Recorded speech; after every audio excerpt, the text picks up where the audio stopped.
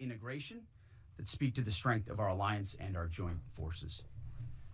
As President Trump has stated, the United States does not seek war, but let me be clear. We will act swiftly and decisively when our people, our partners, or our interests are threatened. Iran should listen to the President of the United States and know that he means it, every word. I want to give congratulations to our Commander-in-Chief. It was an honor to watch him lead last night and throughout, and to our great American warriors on this successful operation. God bless our troops. God bless America. And we give glory to God for his providence and continue to ask for his protection. I turn it over now to the chairman for specifics. Thank you, Mr. Secretary. Thanks for recognizing all of our folks out there doing our nation's work, and nice to see everybody on this early Sunday morning. Last night, on the President's orders, U.S. Central Command, under the command of General Eric Kurilla, executed Operation Midnight Hammer, a deliberate and precise strike against 3 Iranian nuclear facilities. This was a complex and high-risk mission carried out with exceptional skill and discipline by our joint force. I want to thank every service member, planner, operator that made this mission possible. Their actions reflect the highest standards of the United States Armed Forces. This operation was designed to severely degrade Iran's nuclear weapons infrastructure. It was planned and executed across multiple domains and theaters with coordination that reflects our ability to project power globally with speed and precision at the time and place of our nation's choosing. This was a highly classified mission with very few people in Washington knowing the timing or nature of this plan. I'll refer you to the graphic on the side as I walk you through some of the operational details. At midnight Friday into Saturday morning, a large B-2 strike package comprised of bombers launched from the continental United States. As part of a plan to maintain tactical surprise, part of the package proceeded to the west and into the Pacific as a decoy, a deception effort known only to an extremely small number of planners and key leaders here in Washington and in Tampa. The main strike package, comprised of 7 B-2 Spirit bombers, each with 2 crew members, proceeded quietly to the east with minimal communications. Throughout the 18-hour flight into the target area, the aircraft completed multiple in-flight refuelings. Once over land, the B-2s linked up with escort and support aircraft in a complex, tightly timed maneuver requiring exact synchronization across multiple platforms in a narrow piece of airspace, all done with minimal communications. This type of integration is exactly what our joint force does better than anyone else in the world. At approximately 5 p.m. Eastern Standard Time last night, and just prior to the strike package entering Iran, a U.S. submarine in the Central Command area of responsibility launched more than 24 Tomahawk land attack cruise missiles against key surface infrastructure targets at Isfahan. As the Operation Midnight Hammer strike package entered Iranian airspace, the U.S. employed several deception tactics, including decoys, as the 4th and 5th generation aircraft pushed out in front of the strike package at high altitude and high speed, sweeping in front of the package for enemy fighters and surface-to-air missile threats. The strike package was supported by U.S. Strategic Command, U.S. Transportation Command, U.S. Cyber Command, U.S. Space Command, U.S. Space Force, and U.S. European Command. As the strike package approached Fordow and Natanz, the U.S. protection package employed high-speed suppression weapons to ensure safe passage of the strike package, with fighter assets employing preemptive suppressing fires against any potential Iranian surface-to-air threats. We are currently unaware of any shots fired at the U.S. strike package on the way in. At approximately 6:40 p.m. Eastern Standard Time, 2:10 a.m. Iran time, the lead B-2 dropped 2 GBU-57 massive ordnance penetrator weapons on the first of several aim points at Fordow. As the president stated last night, the remaining bombers then hit their targets as well, with a total of 14 MOPs dropped against 2 nuclear target areas. All 3 Iranian nuclear infrastructure targets were struck between 6:40 p.m. and 7:05 p.m. Eastern Time. Again, that's about 2:10 in the morning local time in Iran, with the Tomahawk missiles being the last to strike at Isfahan to ensure we retain the element of surprise throughout the operation. Following weapons release, the Midnight Hammer strike package exited Iranian airspace and the package began its return home. We are unaware of any shots fired at the package on the way out. Iran's fighters did not fly, and it appears that Iran's surface-to-air missile systems did not see us. Throughout the mission, we retained the element of surprise. In total, U.S. forces employed approximately 75 precision-guided weapons during this operation. This included, as the president stated last night, 14 30,000-pound GBU-57 massive ordnance penetrators, marking the first ever operational use of this weapon. I know that battle damage is of great interest. Final battle damage will take some time, but initial battle damage assessments indicate that all 3 sites sustained extremely severe damage and destruction. More than 125 U.S. aircraft participated in this mission, including B-2 stealth bombers, multiple flights of 4th and 5th generation fighters, dozens and dozens of air refueling tankers, a guided missile submarine, and a full array of intelligence, surveillance, and reconnaissance aircraft, as well as hundreds of maintenance and operational professionals. As the Secretary said, this was the largest B-2 operational strike in U.S. history and the second longest B-2 mission ever flown, exceeded only by those in the days following 9/11. Well prior to the strike, General Kurilla elevated force protection measures across the region, especially in Iraq, Syria, and the Gulf.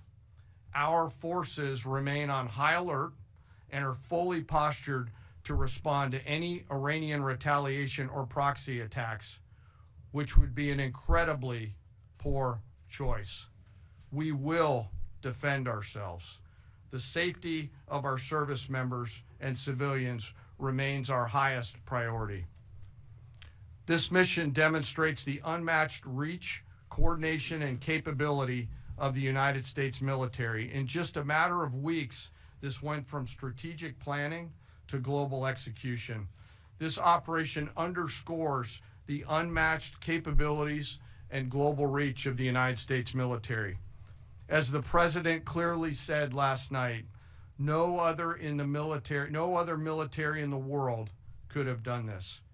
I join the president and the secretary in being incredibly proud of the air crews, naval forces, cyber operators, planners, and support teams and commanders who made this mission possible. It is their skill, discipline, and teamwork that makes this operation possible. I am particularly proud of our discipline related to operational security, something that was of great concern to the president, the secretary, General Kurilla, and me, and we will continue to focus on this. As we stand here this morning, many assets are still airborne, and we have hundreds deployed. I ask that we keep our warfighters on their way home and our deployed service member in our thoughts. Our joint force remains ready to defend the United States, our troops, and our interests in the region. Thank you very much. We will take a few questions, Phil. Me? Yeah. So, is regime change off the table, Mr. Secretary? And to the chairman, you said the battle damage assessment is still ongoing.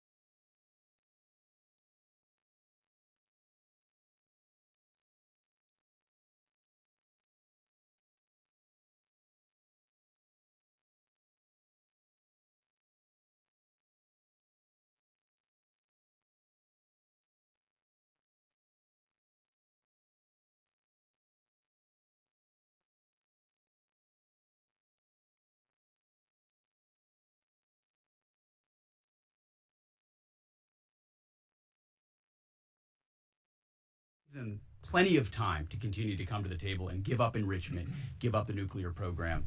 But there was I won't say the particular moment, there was certainly a moment in time where he realized that it had to be a certain action taken in order to minimize the threat to us and our troops. Yeah. General, you say that General Kurilla increased force protection in Iraq, Syria, and Gulf, and those areas. Were they given any advance warning the attacks were coming?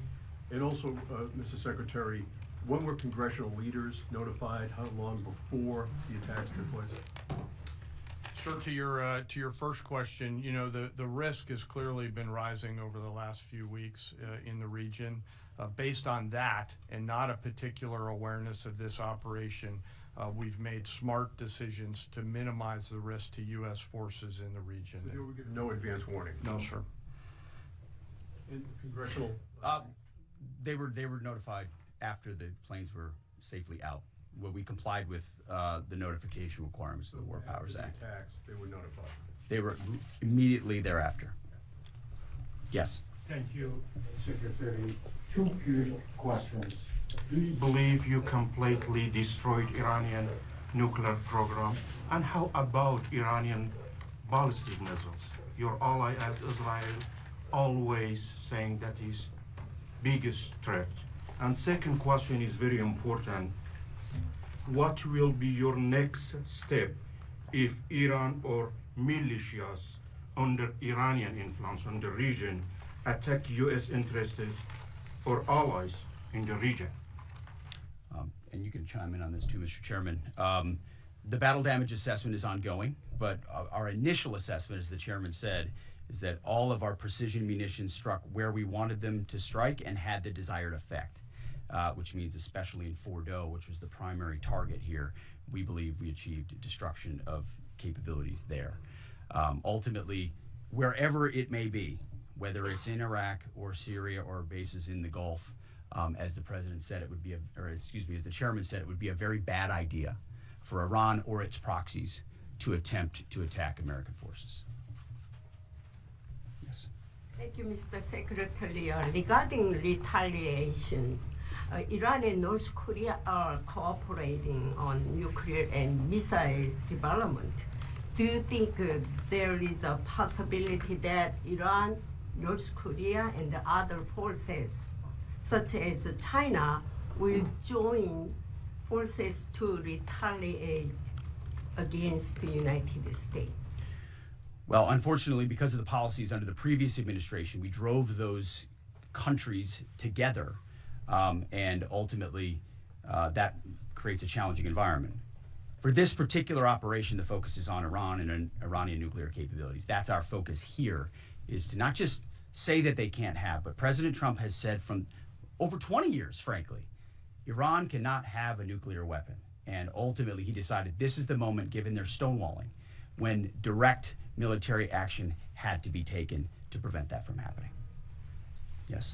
Thank you very much. General Caine, I understand OPSEC, I respect OPSEC. Can you say at all what security procedures are being taken to protect U.S. troops in Iraq and elsewhere in the Middle East?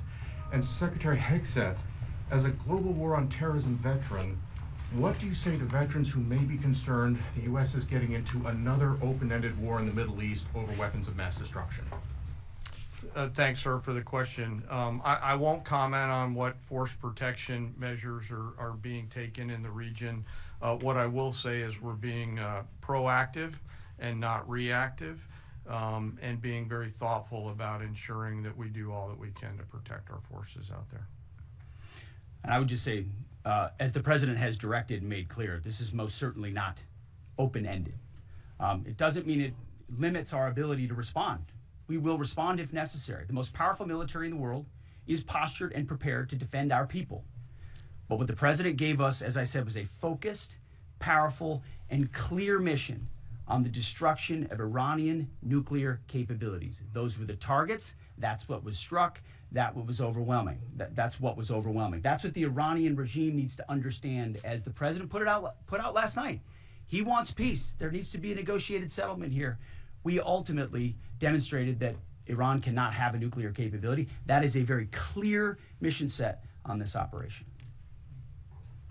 Yes. Hold on. Yes, right there. Thank you, Mr. Secretary. Question for the Secretary and the Chairman. How was this strike coordinated with the Israelis on a strategic level, militarily, and on a tactical level? Was there any direct Israeli military participation in this operation? Well, I would say certainly Israel had an incredible military success, especially at the beginning and ongoing, in degrading Iranian capabilities, in degrading Iranian launchers, MRBMs. It's been incredible to watch what our ally Israel has been able to do. And there certainly have been conversations. I mean, General Kurilla at CENTCOM has worked closely in the defense of Israel for many years. And part of this operation was the defense of Israel and the ongoing defense of Israel. But as it pertains to this strike, this was U.S. operated and U.S. led. We took advantage of some of the preparatory work that's been done over the past week and a half in terms of axis of approach. I won't get into the particulars, but as the Secretary said, it was a U.S. strike. We made sure we were not in the same piece of airspace and sky. Aside from that, that was the extent of it. We'll take a couple more. Yeah, right there.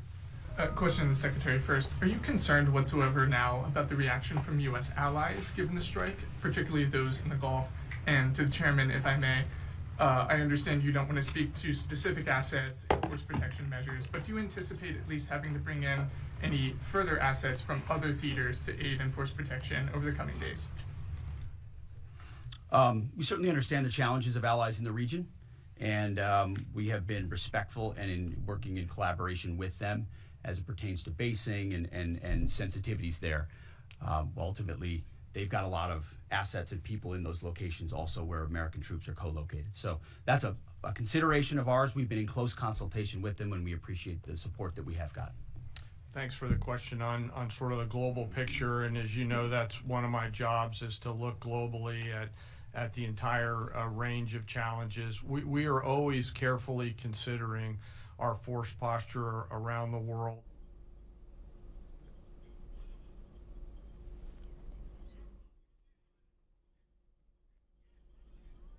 Now we have guests joining us for this